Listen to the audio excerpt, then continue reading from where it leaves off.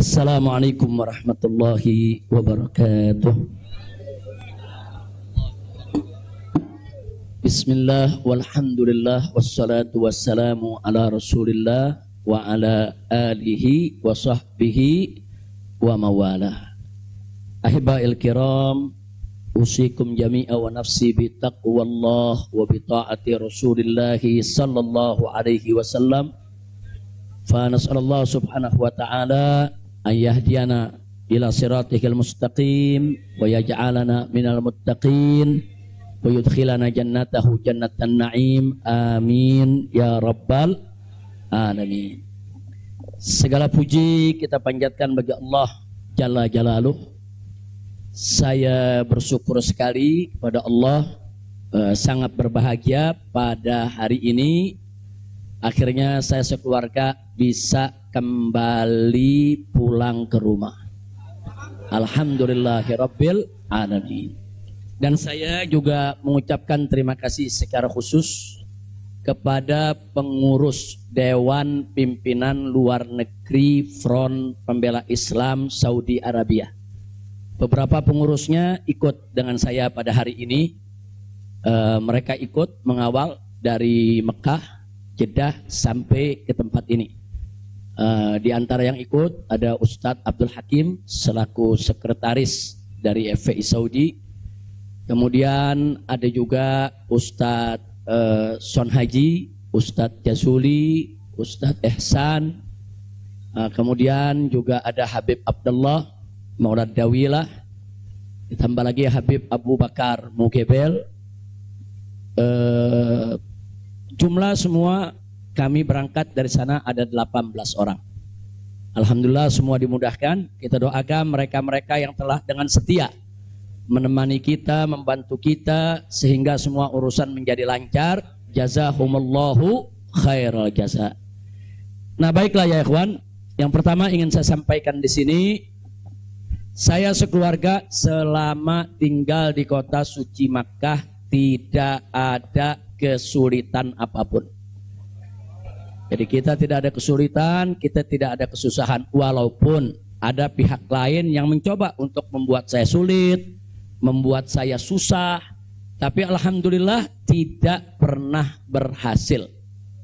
Wa yamkuruna wa yamkurullah wallahu khairul makirin. Jadi kalau saya malu sekali kalau saya harus katakan, oh di Mekah ini susah, kita diasingkan, kita dijauhkan. Enggak.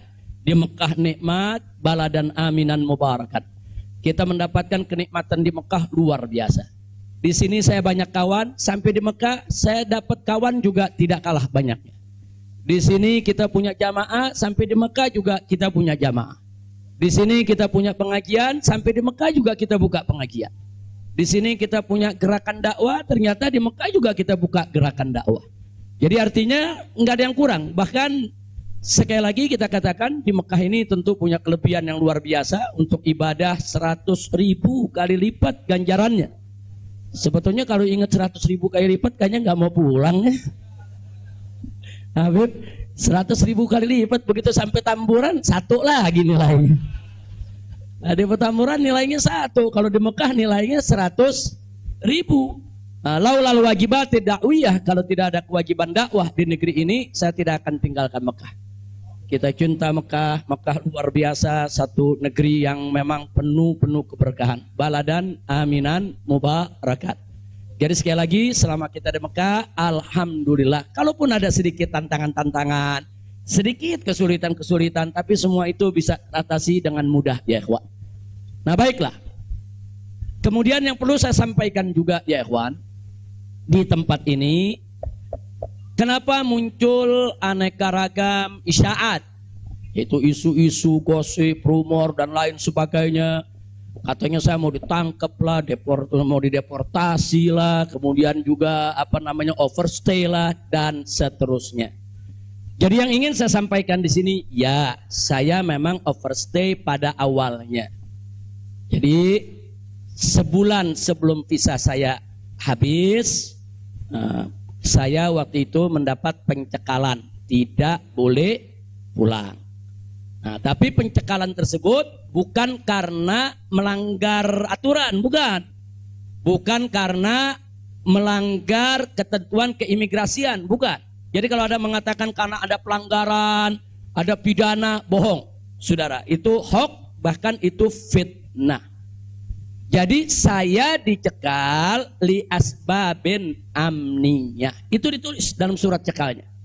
Li asbabin amniyah, karena alasan keamanan.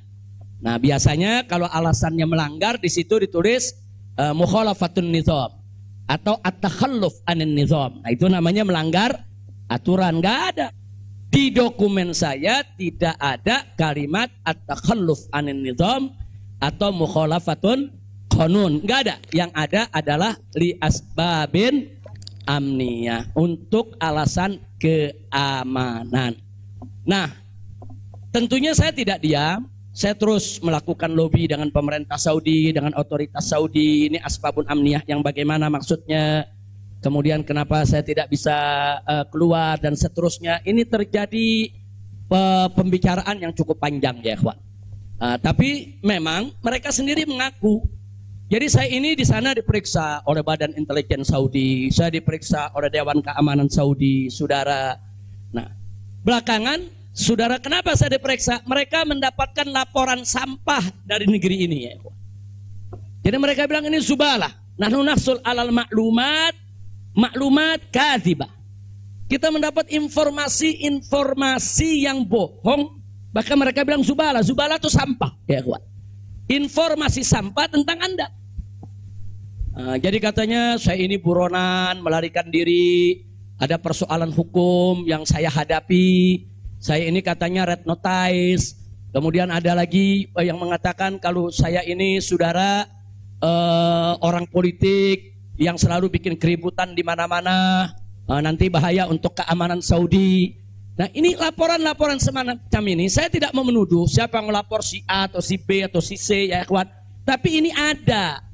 Dan ini bukan laporan dari orang biasa. Kalau laporan dari orang biasa, saudara, nggak bakal dihiraukan oleh pemerintah Saudi. Ini tingkat negara. Ini bukan tingkat RT, bukan tingkat RW. Ini tingkat negara. Negara Saudi mendapatkan laporan. Berarti yang memberikan laporan ini, saudara, ini tingkat tinggi juga. Nah, tapi ala kulihal semua kita buktikan. Mereka bilang, apa betul? Anda ini punya kasus hukum. Ada 2 kasus hukum. Satu di Jakarta, satu di Bandung. Saya katakan kepada mereka, saya tidak punya kasus hukum. Mana buktinya? Saya punya SP3. SP3-nya saya terjemahkan ke dalam bahasa Arab. Kayaknya dalam sejarah nggak pernah ada SP3 diterjemahkan ke dalam bahasa Arab.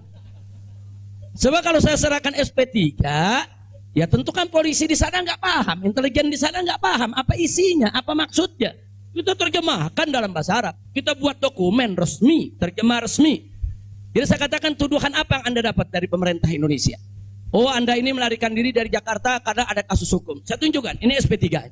Silakan Anda baca. Begitu mereka baca, mereka kaget. Oh, ini kan hukum sudah selesai. Kenapa kok masih dilaporkan Anda tetap bersalah? Jadi pemerintah Saudi sendiri yang menilai ya. Nah, kemudian yang kedua, waktu kasus Bandung, saya bilang juga udah nggak ada perkara. Punya SP3, saya terjemahin lagi SP3-nya. Saudara. Nah, terakhir mereka bilang katanya Anda ini dikejar-kejar badan intelijen dari negara Anda. Saya bilang enggak, saya nggak punya persoalan dengan badan intelijen. Oh, tapi ini ada laporannya. Anda bisa buktikan kalau Anda tidak punya permasalahan dengan badan intelijen Indonesia. Punya. Loh, apa buktinya? Saya punya dokumen perjanjian antara saya dengan badan intelijen negara Indonesia. Saya terjemahkan lagi dalam bahasa Arab. Resmi di situ, saudara. Dan dokumen ini kan belum saya buka ke masyarakat ya ikhwan. Saya pikir nggak ada perlunya saya buka ya ikhwan, kecuali kalau darurat saya tunjukkan. Mereka kaget loh. Anda punya perjanjian begini bagus dengan negara, Anda tidak punya masalah. Kok dilaporkan macam-macam? Nah, ini yang jadi persoalan ya ikhwan. Ala kulihal, singkat cerita, kalau saya cerita terlalu panjang, saudara, akhirnya pemerintah Saudi ini, otoritas yang berwenang di bidang ini, mereka justru akhirnya minta maaf. Mereka bilang nahnu natawarrat, nahnu ghaltan. Kami salah, kami sudah melewati batas wewenang yang kami punya. Kami minta maaf karena memang ini kesalahan dari informasi yang kami terima. Nah, jadi supaya Anda tahu, akhirnya mereka tidak mengganggu kita sama sekali. Nah, bahkan terakhir bukan lagi persoalan bayang safar, jangan kita deportasi. Saya ditawarkan, Habib, Anda mau pulang besok ke Indonesia atau Anda mau tinggal di sini selamanya? Silakan. Maka itu pada malam Ahad, Sabtu malam Ahad, sebelum saya pulang, saya ke Riyadh, saya diundang resmi ke Riyadh. Saya diundang resmi ke Riyadh, saya ketemu petinggi di sana, ya kawan. Mereka tawarkan, mau tinggal di sini, kita berikan igoma, kita berikan izin tinggal, masuk umur hidup pun boleh. Silakan Anda memutuskan. Enggak, saya enggak punya persoalan sama pemerintah Saudi, ya kawan. Jadi bohong kalau ada yang bilang saya punya persoalan. Jadi makanya kalau pejabat tuh jangan sembarang bicara. Kalau mau bicara tuh mesti punya data dong. Masa pejabat bicara nggak pakai data? Kalau nggak pakai data, pedagang kopi di warung-warung, ya kan dagang kopi di warung nggak pakai data. Ada kopinya seduh, pakai gula, selesai kasih. Kira-kira jelas gak? Ini kalau pejabat tingkat negara harus punya data, ya kawan, nggak sembarangan. Tapi baiklah, kita bagian akhir. Jadi begitu mereka sudah tahu itu semua, semula saya mau dibikinkan bayan safar. Bayan safar itu exit permit, saudara. Nah, bayan safar itu ada dua. Ada izin keluar Saudi, saudara, karena orang melakukan pelanggaran. TKI yang melarikan diri dari majikan, atau umpamanya ada tenaga kerja yang melakukan pelanggaran pidana, mencuri, berkelahi, atau membunuh saudara. Nah, mereka ini kalau diusir dari Saudi itu namanya deportasi dengan bayan safar. Tapi ada juga jenis bayan safar lain. Nah, seperti apa? Seperti orang yang mendapat suaka politik, itu kan perlindungan. Atau seperti orang yang dicekal politik, seperti yang saya alami. Itu bukan pidana. Atau seperti mereka yang kehilangan warga negara, seperti orang-orang Rohingya yang tinggal di Mekah. Itu mereka nggak punya warga negara, saudara. Tapi kalau suatu ketika mereka mau pulang ke negerinya, diberikan bayan safar kalau mereka mau pulang. Nah, kalau mereka nggak mau pulang, mereka dijamin silakan tinggal di Saudi Arabia. Nah, jadi ini namanya bayan safar. Tapi ternyata terakhir karena mereka menyadari saya tidak bersalah, ini yang menarik ya. Mereka sendiri yang mengatakan, ya Syekh, Anda tidak layak untuk dapat bayan safar. Karena kalau Anda dapat bayan safar, nanti catatan overstay-nya itu nggak hilang. Nah, jadi dalam dokumen keimigrasian kan ada overstay, itu nggak hilang. Nah, walaupun Anda tidak dicegah, tapi catatan itu kan jadi buruk. Anda nggak pantas untuk mendapat catatan buruk karena Anda tidak bersalah. Jadi saya tanya, lalu apa mau diberikan? Jadi dibatalkan itu bayan safar. Lalu apa mau diberikan? Kami perpanjang visa Anda. Jadi selama 2 tahun lebih, 3 tahun setengah itu ya kawan, seolah-olah saya punya visa umurnya 3 tahun setengah. Tidak ada overstay ya kawan. Nah, cuman pada saat mereka tanya, mau diperpanjangnya sampai kapan ya Syekh? Dia tanya, saya mau sebulan, mau 2 bulan lagi. Saya katakan enggak, saya mau pulang tanggal 9 insya Allah. Jadi cukup bayan safar, bukan bayan safar, tamdidnya cukup sampai tanggal 11 ya kawan. Nah, cukup tanggal 11, tanggal 9 insya Allah saya pulang. Nah, jadi ini yang perlu saya sampaikan sekaligus klarifikasi, bohong. Kalau ada mengatakan saya melanggar aturan di sana, saya dicari, saya mau dipenjara, bohong. Nah, dan saya sesalkan kalau kalimat-kalimat semacam itu keluar dari mulut pejabat ya kawan. Kira-kira jelas tidak? Paham semua? Baik. Nah, ternyata upaya mereka menggagalkan saya pulang, saudara, nggak berhenti sampai di situ. Nah, ada yang menarik, saudara. Saya sudah beli tiket, sudah pesan penerbangan tanggal 9. Tiba-tiba dari Indonesia ini ada yang membuat email atas nama saya. Namanya Habib Muhammad Rizik Syihab. Saudara, pakai foto saya. Email ini dikirim ke travel tempat saya memesan tiket. Nah, apa isi pesannya? Bahwa kami tidak jadi berangkat. Mohon dibatalkan, kami punya jadwal. Jadi ada upaya begitu. Ini bukan, jadi ada yang bilang, ini kan cuman pura-pura jadi korban, ini pura-pura playing victim. Enggak, memang benar mau dibatalkan ya kawan. Tapi ala kulihal travelnya telepon langsung ke kita, apa betul Anda ingin membatalkan? Kita bilang enggak, ini ada email dari nama Anda. Saya katakan itu email palsu. Nah, ala kulihal tidak dibatalkan. Tapi nggak puas sampai di situ, ya ikhwan. Malam Ahad kemarin, malam Ahad yang lalu, pada saat saya ke Riyadh, ada gerakan lagi. Mereka membuat email atas nama travel. Travel tempat saya beli tiket. Nah, travel ini kan ngambil tiketnya ke bagian marketing. Saudi ya ikhwan. Ternyata kursi Saudi itu sudah diborong oleh marketing di Turki, di Istanbul. Jadi dibuatlah email atas nama travel, dikirim ke Istanbul. Minta supaya jadwal saya, istri dan 2 putri saya dibatalkan. Dan dibatalkan. Nah, jadi malam-malam Ahad itu sudah batal. Saya punya jadwal ya kawan. Tapi saya katakan kepada teman-teman pengurus FPI di Mekah, jangan diumumkan. Diam, kalau diumumkan ini nanti, kalau ini diumumkan ya kawan, padahal kita kan masih punya peluang untuk melawan itu. Kita masih punya peluang. Untuk memperbaharui, kita masih punya peluang untuk beli tiket lain. Maka itu kita diam, tidak kita umumkan. Kalau yang pertama kita umumkan, pembatalan yang pertama itu kita umumkan. Yang kedua tidak kita umumkan. Nah, tujuan saya kedua untuk tidak diumumkan apa? Supaya musuh-musuh, penjahat-penjahat, bajingan-bajingan yang membuat itu sudah merasa menang ya ikhwan. Dia kan merasa menang, ketawa-ketawa. Udah batal lo. Besok kalau lo ke airport, begitu masuk ke counter, nama sudah tidak ada. Biarin aja dia senang ya kawan. Gak apa-apa, biar dia senang. Jadi sengaja kita biarkan. Nah kemudian kita hubungi travel yang ada, kita minta untuk ganti kode booking. Nah ada tambahan biaya, kita tambah biayanya. Tetap kita minta tanggal itu untuk kita dapat kursi. Dan kita dapat. Kita diam ya kawan. Kita nggak umumkan kalau kita punya tiket baru. Nah ini kita tidak umumkan. Lancar semua.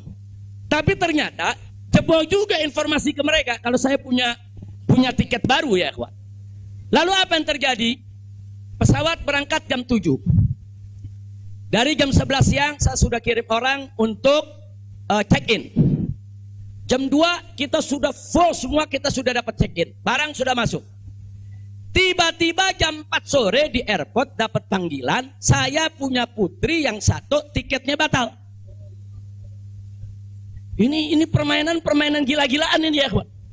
Nah kita tanya, kita konfirmasi ini bagaimana bisa batal ini?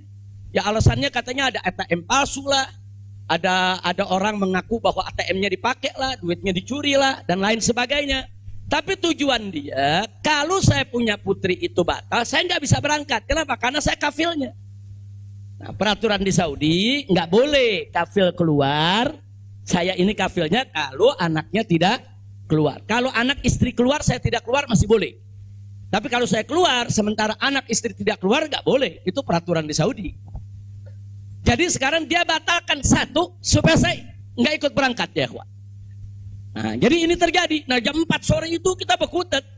Tapi alhamdulillah, saudara, otoritas Saudi bantu kita. Mereka juga terkaget-kaget. Oh, ini ada apa ini, kok pembatalan bisa begini? Mereka nggak pernah alami ini semua ya kawan. Nah akhirnya jam 5 sore semua bisa teratasi. Jam 6 sore kita sudah masuk ke ruang tunggu dan jam 7 kita sudah bisa berangkat. Alhamdulillah. Nah di sini yang saya ingin sampaikan ya kawan, kalau Allah sudah menentukan kita pulang, mau kekuatan apapun yang mencoba untuk menghalangi tidak akan pernah mampu untuk melawan kehendak Allah. Alhamdulillah. Dan Nabi sudah mengingatkan kita saudara. Sudah mengingatkan kita dari jauh-jauh hari, hatta manusia dan jin ini bersatu untuk memberikan manfaat kepada engkau, tidak akan pernah bisa kecuali manfaat yang sudah ditetapkan oleh Allah. Begitu juga saudara, manusia dan jin rame-rame bersatu untuk mencelakakanmu. Saudara, tidak akan pernah kamu bisa celaka kecuali sesuatu yang sudah ditetapkan oleh Allah. Maka itu saya mengajak semua di sini belajar dari ini semua. Saudara, dekatkan diri kepada Allah, tingkatkan tawakal kita, jangan takut dengan orang-orang yang ingin berbuat jahat kepada kita semua. Enggak usah khawatir. Wa yamkuruna wa yamkurullah wallahu khairul. Makin tancapkan dalam diri kita la haula wala quwwata illa billahil aliyil azim. Tancapkan itu ya kawan. Jangan pernah takut.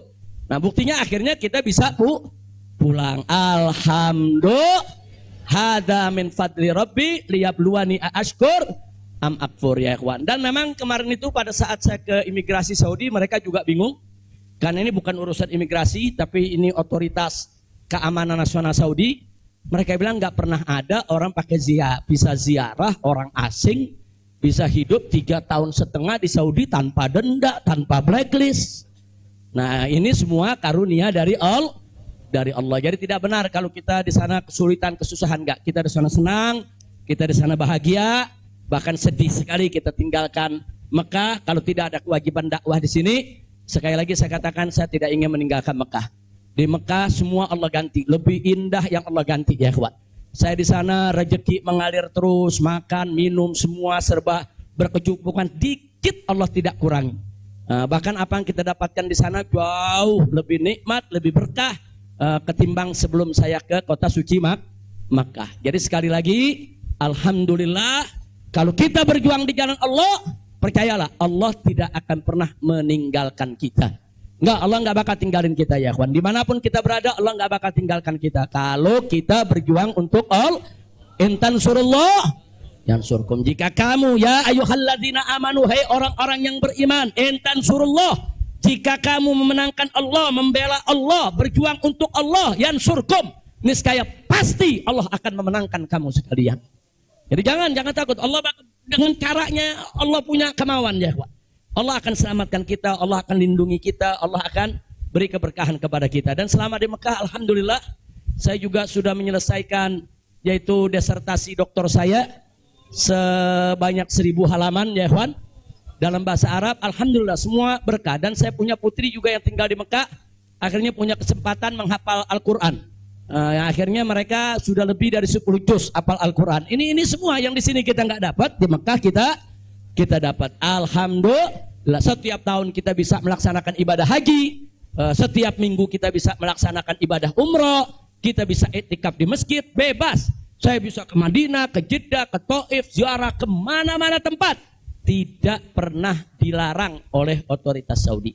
Jadi sekali lagi saya tandaskan, kalau ada mengatakan di sana saya nih kriminal, melanggar hukum, berurusan dengan hukum Saudi, bohong. Nah begitu sekali lagi lewat forum ini saya ingin sampaikan terima kasih kepada pemerintah Saudi. Saya sampaikan terima kasih kepada pemerintah Saudi dan apresiasi yang tinggi, di mana selama keberadaan saya 3,5 tahun di sana, mereka telah memperlakukan saya secara baik. Kemudian mereka telah memberikan segala kemudahan. Jazahumullahu khairal jaza. Ya kita yang baik kita apresiasi, yang tidak baik kita kritisi. Nah jadi kalau ada mengatakan Habib kok terima kasihnya sama pemerintah Saudi aja, pemerintah Indonesia bagaimana? Ya baik dulu dong. Kalau baik nanti kita terima kasih. Kira-kira betul gak? Betul gak? Kalau pemerintah baik wajib gak terima kasih? Wajib kita apresiasi. Kok Habib belum terima kasih? Ya belum baik. Tunggu baik dulu. Kalau baik kita terima kasih. Kayak kemarin Pak Mahfud mengumumkan yang mau jemput silakan. Nah baik gak tuh? Kita terima kasih. Terima kasih Pak Mahfud. Umat akhirnya diizinkan untuk menjemput. Alhamdulillah. Tapi pada saat Pak Mahfud bilang Habib Rizik ini deportasi kriminal, itu baik apa? Enggak terima kasih. Jadi kita objektif aja. Yang baik kita terima kasih, yang gak baik kita luruskan. Insya Allah. Nah ini yang saya mau sampaikan semua. Jadi tenang-tenang saja, biarkan nanti beri kesempatan saya supaya istirahat dulu. Ya ikhwan, insya Allah nanti kita dakwah lagi, kita keliling lagi, bikin pengajian lagi. Mudah-mudahan Allah Subhanahu wa taala memudahkan segala urusan kita. Jadi di sini saya mau tandaskan sebelum saya akhiri sekali lagi, kita yang ada di sini, habaib ulama, sekali lagi, kita bukan musuh pemerintah. Kita bukan musuh negara, kita bukan musuh tentara, kita bukan musuh polisi, kita musuh kezaliman, kita musuh kecurangan, kita musuh kemunafikan, kita musuh segala kejahatan. Betul? Betul? Nggak ada kompromi saudara. Melawan kezaliman, kemunafikan, kejahatan, tidak ada kompromi. Kalau ada mengatakan Habib Rizik, bisakah ke depan ini kita melakukan rekonsiliasi? Saya katakan sekali lagi, rekonsiliasi hanya bisa berdiri atas dasar niat dan tekad yang baik ya kawan. Tapi kalau rekonsiliasi berdiri atas dasar kecurangan, kezaliman, kejahatan, saudara, tidak mungkin. Tidak ada rekonsiliasi saudara. Tidak ada rekonsiliasi saudara kalau kezaliman dibiarkan. Kira-kira jelas tidak? Takbir. Nah, jadi selama pemerintah baik, kita akan apresiasi, kita akan terima kasih. Tapi kalau mereka membuat aturan-aturan yang merugikan rakyat, yang merusak agama, saudara, yang menghancurkan akhlak, wajib untuk kita lawan. Tidak boleh kita diam, ya ikhwan. Takbir, takbir. Siap revolusi akhlak? Sallu ala nabi. Itu yang saya mau sampaikan. Jadi sekali lagi, jadi jangan nanti dipelintir-pelintir. Kita ini musuh negara lah, musuh pemerintah lah, musuh menteri. Enggak ada. Loh, kita enggak bersaing untuk nyari jabatan kok, ya ikhwan. Enggak, kita enggak nyari jabatan. Kita bukan orang partai, kita bukan pejabat, kita bukan anggota DPR. Enggak, kita hanya menginginkan negara ini baik. Nah, ayo kita hijrah minad dzulumati ilan nur. Kita hijrah minal maksiyah ilat ta'ah. Kita hijrah minal khabith ila thayyib. Kita hijrah dong minas sayyiat ilal hasanat. Kita hijrah, ya ikhwan. Nah, yang ada di sini pun juga wajib melakukan revolusi akhlak. Bagaimana revolusi akhlak? Kalau akhlak kita kemarin kurang baik, ayo kita perbaiki ke depan. Kalau akhlak kita kemarin alhamdulillah sudah baik, ayo kita tingkatkan lagi agar akhlak kita lebih baik. Insya Allah. Ini dengar kata revolusi, wah udah kalang kabut lagi, ya ikhwan. Revolusi. Revolusi itu perubahan drastis. Revolusi itu maknanya perubahan drastis dan mendasar. Nah, jadi kalau perubahan drastis itu kemarin masih tukang bohong, hari ini langsung drastis, dia nggak mau bohong lagi. Nah, itu namanya revolusi. Tapi kalau kemarin tukang bohong, sekarang yang ngebohongnya dikurangin dikit-dikit, itu bukan revolusi. Nah, kalau ngebohongnya dikurangin dikit-dikit bukan revolusi. Itu langsung. Kemarin gak sholat, saudara, mulai hari ini sholat dan seterusnya, itu namanya revolusi. Nah, kemarin suka ngebohong, nah, tahu-tahu sekarang tidak mau ngebohong lagi, itu revolusi. Kira-kira jelas gak? Jadi revolusi itu perubahan drastis dan mendasar. Jadi jangan pikir revolusi itu pakai senjata, bunuh-bunuhan, potong-potongan. Siapa yang bilang begitu, ya ikhwan? Nah, lalu kenapa dipilih kata revolusi akhlak? Kenapa bukan revolusi moral, revolusi budi pekerti, revolusi mental? Saudara, karena kata akhlak itulah yang dipakai oleh Nabi kita Muhammad Sallallahu Alaihi Wasallam. Nggak ada kata yang lebih baik kita pilih kecuali kata yang digunakan oleh Nabi Muhammad Sallallahu Alaihi Wasallam. Kalau kita mau tahu siapa itu bapak revolusi akhlak di dunia, ya Nabi kita. Nabi kita itu pejuang revolusi akhlak. Nabi kita itu pahlawan revolusi akhlak. Nabi kita itu saudara yang meletakkan dasar-dasar revolusi akhlak. Sebagaimana Nabi sabdakan dalam hadisnya, innama bu'itsu liutammima makarimal akhlak. Nah, jadi karena Nabi yang menggunakan kata akhlak, ya kita lebih suka pakai istilah akhlak. Kenapa nggak pakai mental? Karena kata mental dipakai sama Karl Marx. Ya, Karl Marx yang pakai, gembongnya komunis, makanya saya nggak mau pakai, ya kawan. Kecuali kalau Nabi pakai kata mental, saya pakai mental. Kalau Nabi pakai kata budi pekerti, saya pakai budi pekerti. Nabi pakai kata apa? Akhlak. Berarti kita perlu pakai kata apa? Siapa suri tauladan kita? Siapa contoh kita? Sallu ala nabi. Allahumma salli wa sallim alaihi. Kira-kira jelas gak? Paham semua? Alhamdulillah. Saya pikir itu yang bisa saya sampaikan. Terima kasih banyak. Jangan semua diborong di sini. Nah, kan kita masih mau ceramah di mana-mana, insya. Bandung udah main pesen aja, Beb, di Bandung, Beb. Nah, insya Allah nanti kita ke Bandung, kita ke Madura, kita ke Lombok, kita ke Aceh, kita ke Pontianak. Kita akan keliling semua untuk terus melanjutkan dakwah. Ustadz Maher, Medan, sallu ala nabi. Alhamdulillah ada Ustadz Maher di belakang. Ustadz Maher mestinya duduk di depan, Ustadz. Ta'al. Lampung, insya Allah. Palembang, insya Allah. Nah, ini Habib Hamid bilang jangan jauh-jauh dulu, Pondok Rangon, Jakarta. Al-Jiran Ahad katanya.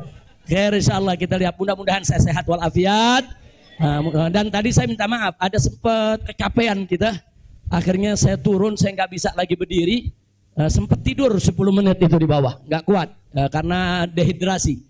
Itu terlalu haus, terlalu capek, ya kawan. Tapi alhamdulillah setelah 10-15 menit kita bisa berdiri lagi. Alhamdulillah. Nah, itu saja yang bisa saya sampaikan.